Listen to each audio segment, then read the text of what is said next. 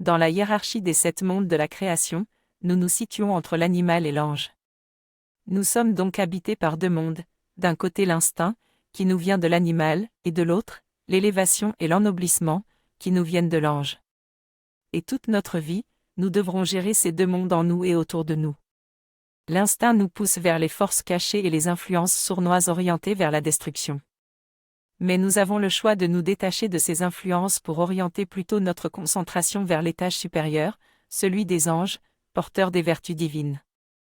Une vertu n'est pas seulement une noble aspiration ou un idéal élevé, c'est avant tout une protection, une bénédiction, une nécessité pour celui qui veut bien vivre sur la terre.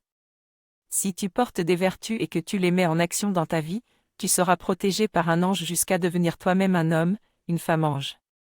C'est là le chemin que Dieu a tracé pour chacun de nous avant la création des mondes et du temps.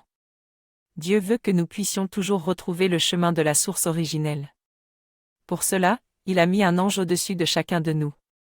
Cet ange est le gardien et le protecteur, non pas de ce qui est mortel en nous, mais du potentiel d'immortalité qui nous habite tous. Que nous choisissions l'animal ou l'ange, Dieu ne nous condamne pas, il respecte la liberté qu'il nous a octroyée. Mais si tu donnes la victoire à la bêtise, tu conduis toute ta vie dans le conflit. Par contre, si tu donnes la victoire à la lumière, tu deviens une terre vivante pour les semences des anges.